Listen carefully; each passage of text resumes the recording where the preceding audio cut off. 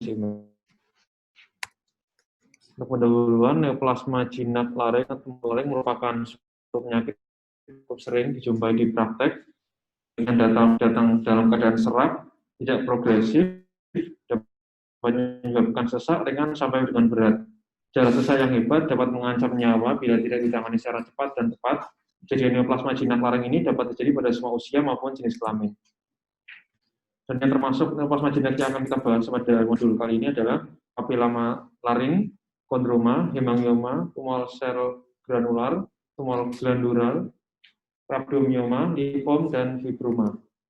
Yang pertama adalah mengenai papilomatosis laring atau papilomatosis laring rekuren, dan merupakan tumor jinak yang disebabkan oleh infeksi virus dengan tingkat kekambuhan yang cukup tinggi. Tempat utama terbentuknya papiloma ini adalah di plekalis, namun bisa terdapat di tempat lain seperti di hidung sampai dengan ke bronkiolus. Walaupun ini sifatnya jinak, masih dapat menyebabkan kematian dan bisa berpotensi menjadi keganasan. Untuk etiologi yang sudah diketahui sampai saat ini adalah karena virus HPV yang strain 6 dan 11. Untuk epidemiologinya, banyak terjadi pada laki-laki dengan perbandingan 2:1 dibanding wanita, dan untuk prevalensi umur pada 30-50 tahun. Untuk lokasi biasanya muncul di bagian setengah anterior dari pita suara atau komisura anterior. 80% kasus neoplasma di laring merupakan kasus papiloma laring. Dan ini bisa dibagi menjadi papiloma yang tipe juvenile dan tipe dewasa. Gejala awal dari ini adalah serak, lalu bisa berlanjut menjadi stridor dan dyspnoe. Keluhan suara bisa serak atau parau, bisa muncul juga gangguan stridor, suara tambahan. Umumnya terlihat pada pita suara false vocal cord dan true vocal cord, dan juga bisa muncul di epiglotis, namun bisa juga muncul melibatkan lokasi lain di laring dan juga sampai trakea. Secara klinis, masanya tumornya berbentuk putih, berkilau dan irregular, bisa pedunculoid atau sesil, sifatnya rapuh dan mudah berdarah. Tumor ini dikenal sering terjadi rekurensi setelah dilakukan pengangkatan, sehingga mungkin diperlukan laringoskopi yang lebih dari satu kali. Yang pertama bisa dengan endoskopi, untuk terapi langsung dengan laringoskopi dan biopsi. Untuk penata laksanaan dengan pengangkatan lesi secara konservatif, yaitu merupakan terapi yang utama, atau mikrolaringoskopi, suspensi, dan eksisi pada lesi yang kecil dan kurang agresif dengan menggunakan endoskopi dan anestesi lokal. Krioterapi juga bisa, photodynamic terapi, dan menggunakan antivirus yang ini adalah cidofovir. Riwayat terapi radiasi, merokok, dan imunosupresi sistemik diketahui memiliki peran untuk merubah sifat tumor ini ke arah malignansi. Untuk klaster CO2 lebih dipilih karena pengangkatan lebih presisi dan sedikit berdarah, dan terapi interferon sudah pernah dicoba dan dinyatakan sukses untuk mencegah kekambuhan. Ini adalah contoh gambar dari papiloma laring dengan deskripsi massa, warna putih, berkilau, bentuknya irregular, biar sifat terlihat rapuh dan mudah berdarah. Untuk selanjutnya, pembahasan mengenai kondroma. Dari katanya yaitu kondroma, sehingga merupakan tumor dari kartilago hiain yang tumbuhnya lambat, bisa berasal dari kartilago krikoid, tiroid, arytenoid, maupun dari epiglotis. Umumnya dari kartilago krikoid dan bisa muncul juga ke arah subglotis. Tumor ini bisa menyebabkan dyspnoe atau dapat muncul benjolan dari lempeng posterior krikoid dan menyebabkan sensasi mengganjal di tenggorokan serta disfagia. Umumnya mengenai pada laki-laki usia 40-60 tahun. Tumor ini secara histopatologis terdiri dari sebagian besar kartilago hialin, dan secara makroskopis tampilannya licin dan lesinya di submukosa. Secara epidemiologi lebih sering pada laki-laki. Tumor ini sifatnya pertumbuhannya lambat dan tidak bermetastasis. Gejala timbul serak, dyspnoe, disfagia, dan terasa mengganjal, relatif asimptomatis, namun lesi dapat menyebabkan sumbatan saluran nafas maupun massa leher di eksternal. Diagnosa dilakukan dengan endoskopi dan CT scan, dan dilakukan tata laksana dengan bedah eksisi dan tirotomi jika diperlukan. Di sini bisa kita lihat masanya pada pleka vokalis yang sebelah kiri ada benjolan di kartilago.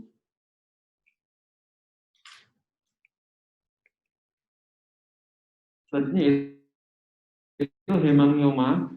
Berdasarkan katanya, hemangioma merupakan tumor jinak yang berasal dari pembuluh darah yang berproliferasi dari sel endotel pembuluh darah dan diikuti involusi terus-menerus sehingga menyebabkan kelainan yang merupakan hasil dari anomali perkembangan vaskuler itu sendiri. Hemangioma ini sering terjadi pada bayi, yaitu sekitar 1,1 sampai 2,6% pada bayi, dan pada anak-anak sekitar 10 sampai 12%. Pada menurut epidemiologis ini lebih sering mengenai wanita, yaitu 3:1 dibandingkan pria. Leukemia hemangioma ini tidak ada pada saat kelahiran, sehingga muncul setelah lahir. Pada hemangioma ini bermanifestasi pada bulan pertama kehidupan dan menunjukkan fase proliferasi yang cepat dan perlahan involusi, jadi membentuk lesi tumor yang sempurna. Hemangioma secara umum dibagi menjadi 3, yaitu kapiler, yang terdiri atas hemangioma kapiler pada anak, yaitu strawberry nevus, granuloma pyogenik, dan cherry spot, dan hemangioma cavernosum, dan hemangioma campuran kapiler dan cavernosum. Hemangioma laring paling sering dijumpai pada populasi anak-anak, selalu muncul pada daerah subglotis pada anak-anak, dan sedangkan pada dewasa muda pada daerah supraglotis. Hemangioma ini biasanya asimptomatis, namun bisa juga hingga menimbulkan gejala sumbatan jalan napas. Hemangioma pada dewasa meliputi pita suara atau supraglotik pada laring. Ada tipe yang cavernosus, dan sehingga tidak dapat diterapi dengan laser, bisa dibiarkan saja bila memang asimptomatis. Untuk yang berukuran besar sehingga menimbulkan gejala, bisa dilakukan terapi dengan steroid dan radiasi. Untuk pilihan terapi konservatifnya yaitu kortikosteroid dan radiasi. Meskipun pada anak terapi tersebut berhasil, namun pada anak ada pilihan namanya ablasi laser. Pada anak biasanya hasil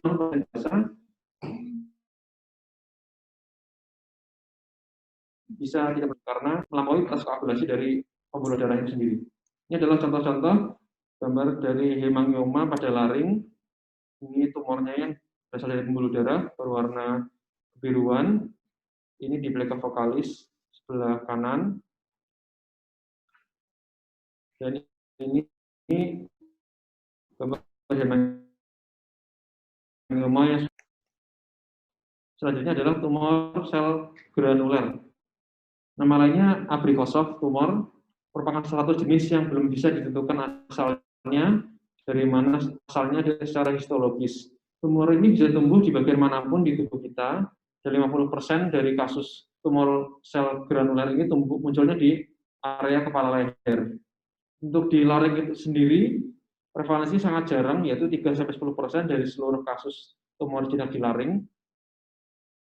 98% dari tumor ini bersifat jinak, namun ada 1-2% yang muncul sebagai keganasan.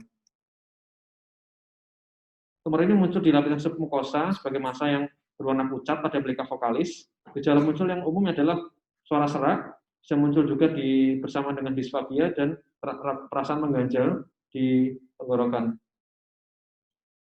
Apabila kita lakukan pemeriksaan patologi anatomi, muncul gambaran pseudoepitheliomatosus hiperplasia, dan ada gambaran mitosis normal. Sehingga kriteria pseudoepitheliomatosus hiperplasia ini sering mirip dengan, memang pada gambaran histopatologisnya mirip dengan squamous cell carcinoma. Jadi sehingga kadang-kadang mispersepsikan menjadi squamous cell carcinoma oleh bagian patologi anatomi. Walaupun memang secara histopatologis ada perbedaan, yaitu sedikitnya nuklear hiperplasia atau pleomorphism, dan adanya sel granular itu sendiri, ada tumor granular. Untuk terapinya dengan eksisi lokal, ya, namun tetap ada tingkat rekurensi, namun kecil sebesar 2-3%, dan laser CO2 terbukti memberikan hasil yang adekuat untuk menghilangkan tumor jenis ini.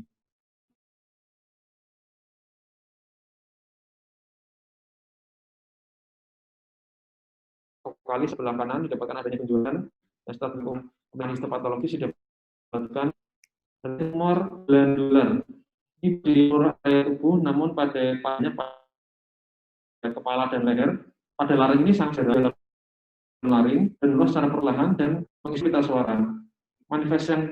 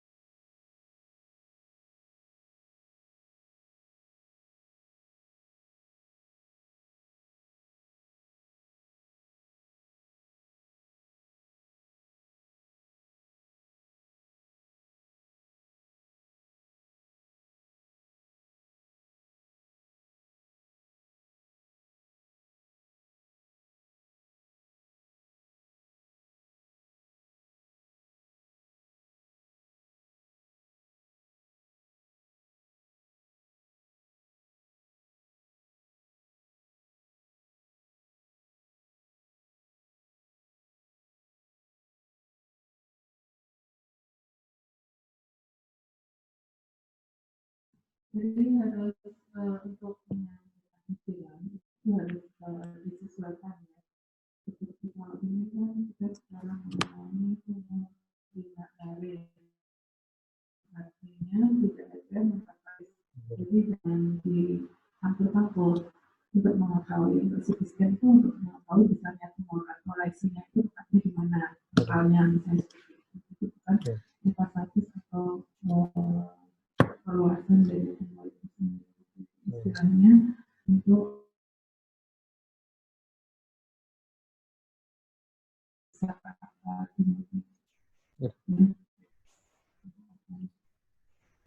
lagi metastasi. Kemudian gambar-gambar yang ada tidak semuanya bisa ditemukan ya gambar-gambar itu. Tapi kalau kita menemukan fase itu harusnya yang sedang fase mendokumentasikan kemudian disesuaikan dengan literatur. Artinya seperti pasien tadi kan bentuknya dua yang bagus.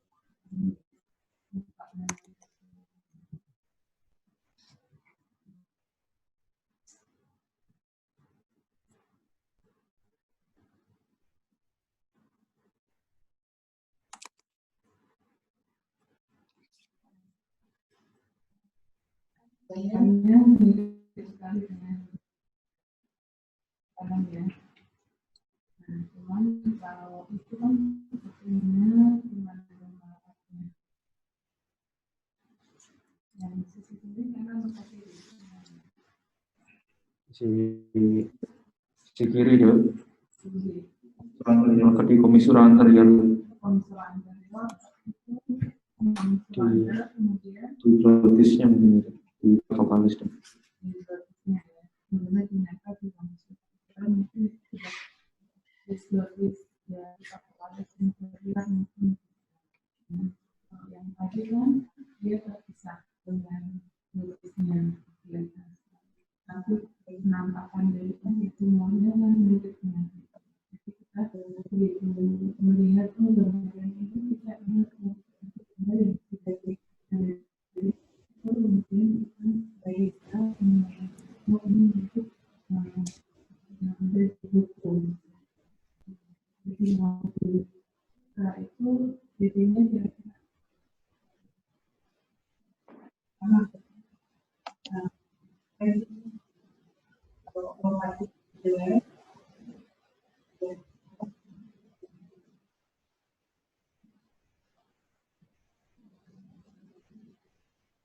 dan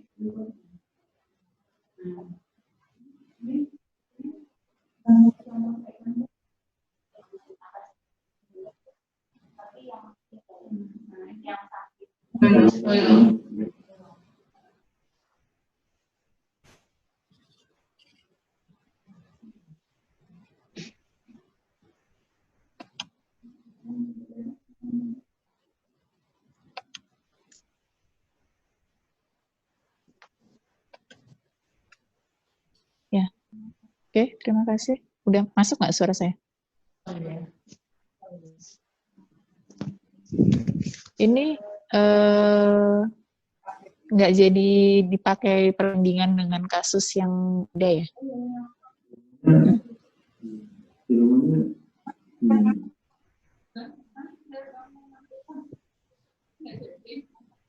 Ya, jadi kemarin rencananya untuk materi modul ini harusnya sudah ada, ya. Cuman nggak tahu.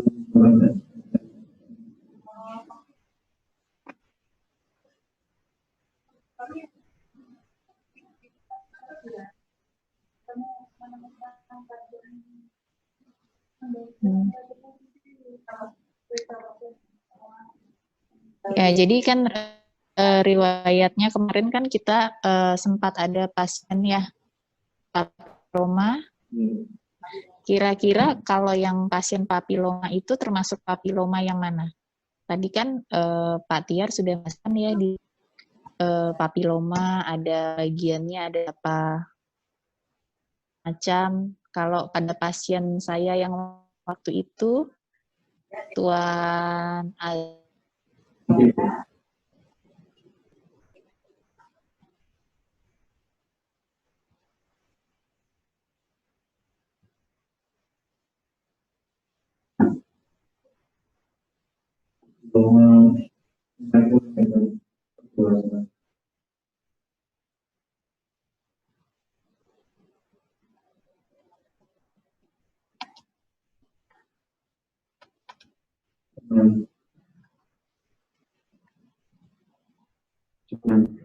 Untuk pembelajarannya terpastinya belum mulai dari untuk bedanya masih belum mulai dokter untuk umurnya dokter dari mulai satu pada anak-anak satu pada dewasa dan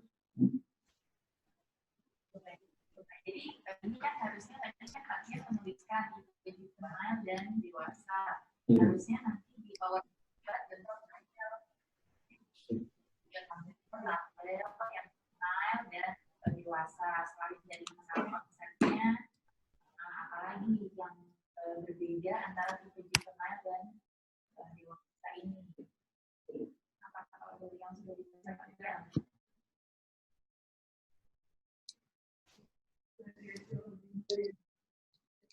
untuk etiologinya kurang sama untuk papiloma berbeda dari HPV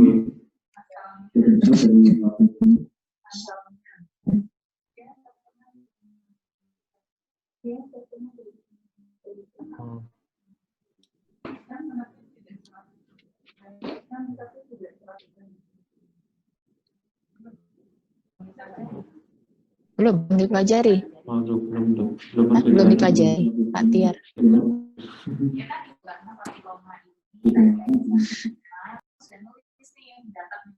Berpotensi menjadi ganas. Mana yang berpotensi menjadi ganas? Apakah pada juvenile berpotensi menjadi ganas? Atau pada yang dewasa berpotensi menjadi ganas? Seharusnya dewasa dokter. Jadi ini harusnya yang ditampilkan itu bedanya antara yang juvenile dan yang dewasa. Kemudian kalau asalnya subtype 6 dan 11, mana yang banyak pada anak-anak, mana yang banyak pada dewasa. Ya, jadi tambahannya nanti satu tabel ya, perbandingan ya. Harusnya dokter. Karena kami kasusnya nggak ditampilkan juga. Ya, mohon maaf. Ya, harusnya. Karena biasanya dari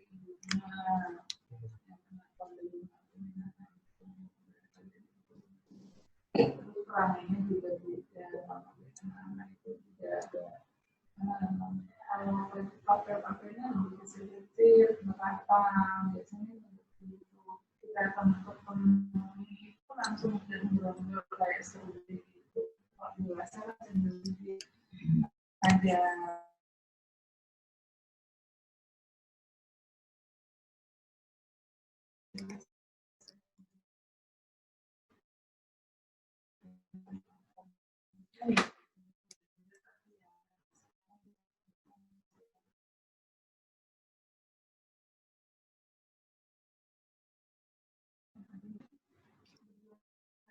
Iya.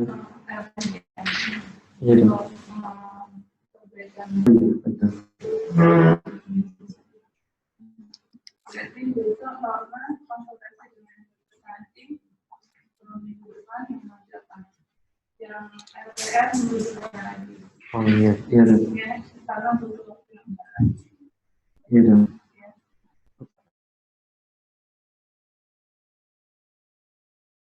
Iya, sampai pertengahan tadi. Kemudian norma atau dokter nanti aju modul sekali lagi terus yang